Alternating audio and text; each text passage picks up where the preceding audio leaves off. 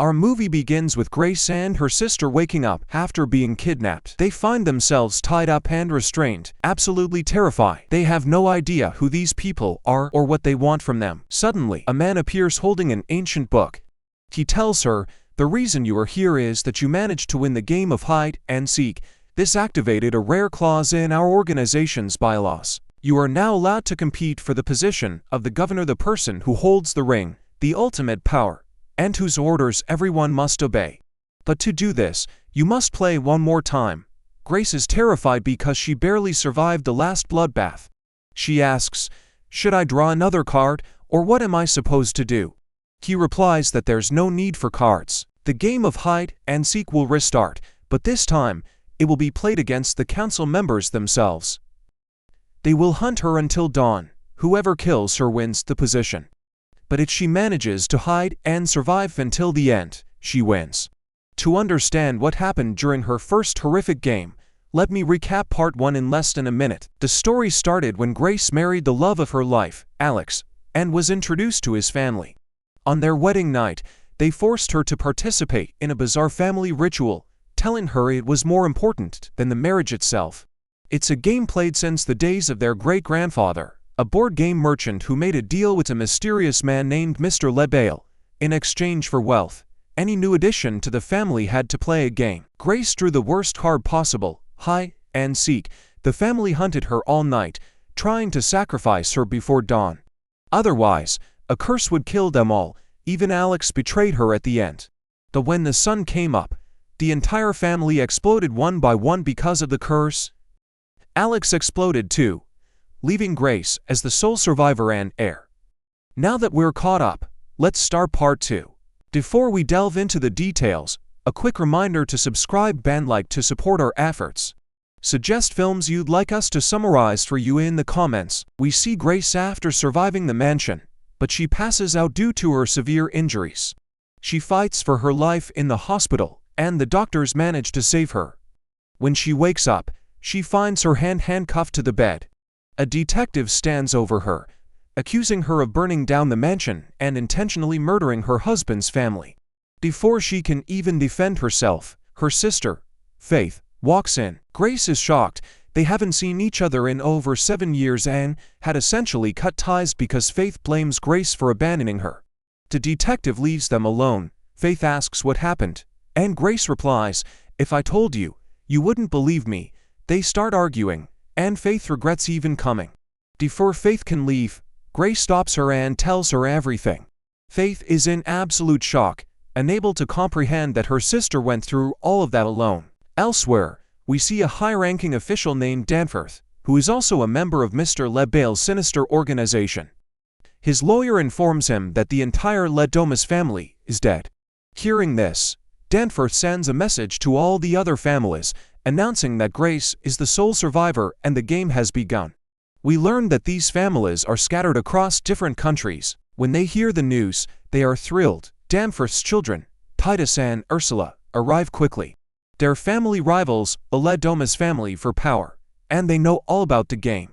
Danforth explains that since Grace is the heir, they must force her to play and kill her to win the ultimate position, a title granting an imaginable power to rule the world. But here's the twist. Danforth orders his own children to kill him first. According to the rules, they must inherit his seat to have the right to hunt her.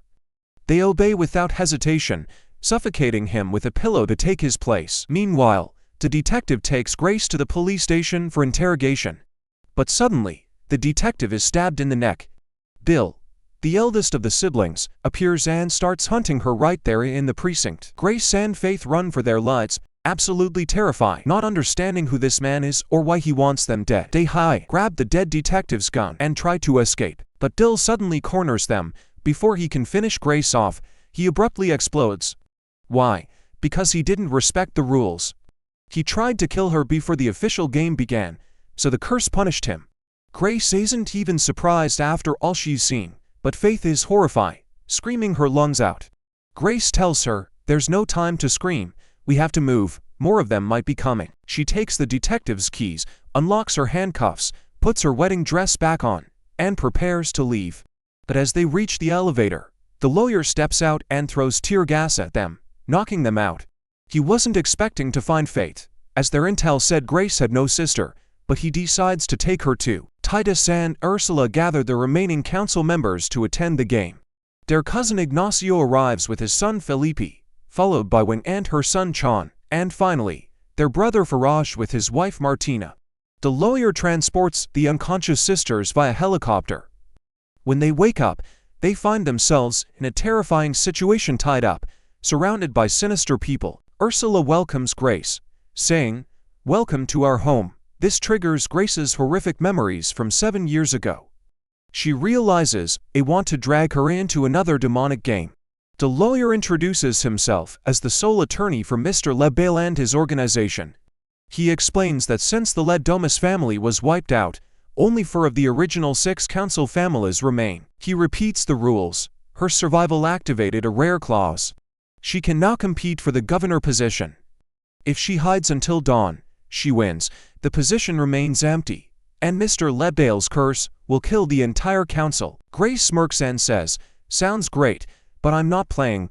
The lawyer calmly replies, "That is entirely your choice," and signals his assistant to execute Faith. Left with no other option, Grace is forced to agree. Faith screams, "What does this have to do with me? We haven't spoken in 7 years." But the cult knows Faith is Grace's weakness. Just then, Francesca enters. She was Alex's first fiancée, and Grace had no idea she even existed. Francesca deeply hates Grace for stealing her fiancé and causing him to explode, and she's out for blood. The sisters are knocked out again. When they wake, the lawyer lays out the final rules. The hunters must use traditional, antique weapons, just like their ancestors who made the deal with Mr. Lebel. Second rule, council members cannot kill each other. If they do, the curse will wipe out their entire bloodline. They all sign the contract with their own blood, a literal deal with the devil.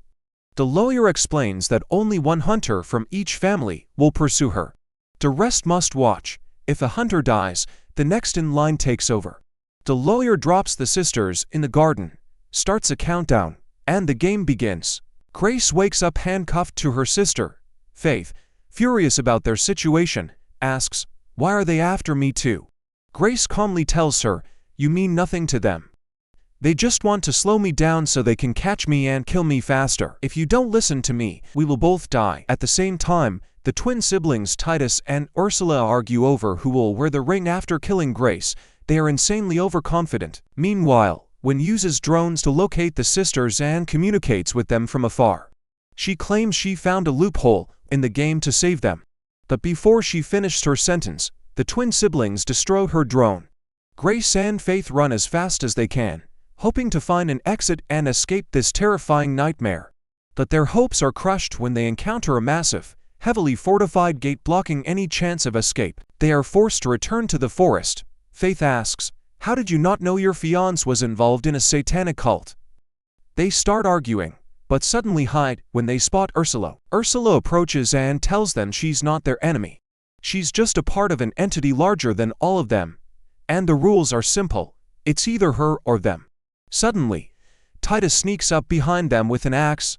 They sense his attack, dodge it, knock him to the ground, and run away. This enrages Ursula, who scolds her brother for ruining the chance when she was so close. She tells him they must cooperate instead of playing solo, because this is their legacy, and their father didn't sacrifice his life for nothing.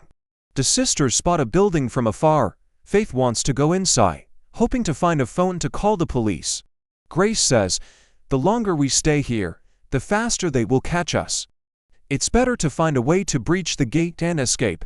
Faith stubbornly insists on her idea. During their argument, Ignacio the sniper spots them from afar and prepares to shoot, but he fumbles and drops his magazine. When he reloads, his gun accidentally fires. The sisters hear it and bolt. Despite shooting at them, he misses every single shot. The rest of the council watches through the cameras like frustrated sports fans, mocking Ignacio. Ignacio's son, Felipe, calls his dad and says, "Don't ever hold a sniper rifle again." He takes out his phone to text the others their location, but the lawyer immediately stops him, stating it violates the rules of the game because apparently, killing each other is fine, but snitching is where they draw the line. We see Grace and her sister hiding from Ignacio. Faith notices a gas canister nearby and gets an idea. Suddenly, thick smoke fills the area, blinding Ignacio's vision, and the sisters prepare to run. This time, Ignacio's sniper shot hits the gas tank, causing a massive explosion. Grace gets hit by shrapnel in her arm, but because Ignacio can't see them through the smoke, they manage to escape. They enter a hotel owned by the family, which was completely emptied of guests just for the gain. There, Faith treats her sister's arm and removes the shrapnel. They talk, and Grace reveals she tried to find Faith to invite her to her wedding, but couldn't locate her. Suddenly, Faraj enters. They manage to hide before he spots them and run into the laundry room. They agree to stop running and face him together. But first, they must unlock the handcuffs restraining their movement. As Faraj hears the sound of a saw, he locates them, but when he enters, he finds no one. Suddenly, they ambush him. They beat him up, grab him together, and shove him into a giant industrial washing machine. Grace doesn't hesitate for a second. She turns it on and crushes him inside. Faith is horrified, asking how she had the heart to do that. But Grace stops the machine, solely to take his phone and call the police, leaving him mangled inside. The rest of his family is terrified watching this on the cameras. They realize they underestimated Grace. She's strong and ruthless. Mott, who is terrified because it means it's his turn to hunt her next. The lawyer reminds him that if he doesn't, Mr. Lebel will be very angry, and the curse will strike him down. Acting with extreme chivalry, Mott, who decides to sacrifice his wife instead. He transfers his status as head of the family to her. Before she can even insult him, he quickly signs the transfer, grabs her weapon, and forces her into the battlefield to hunt the sister.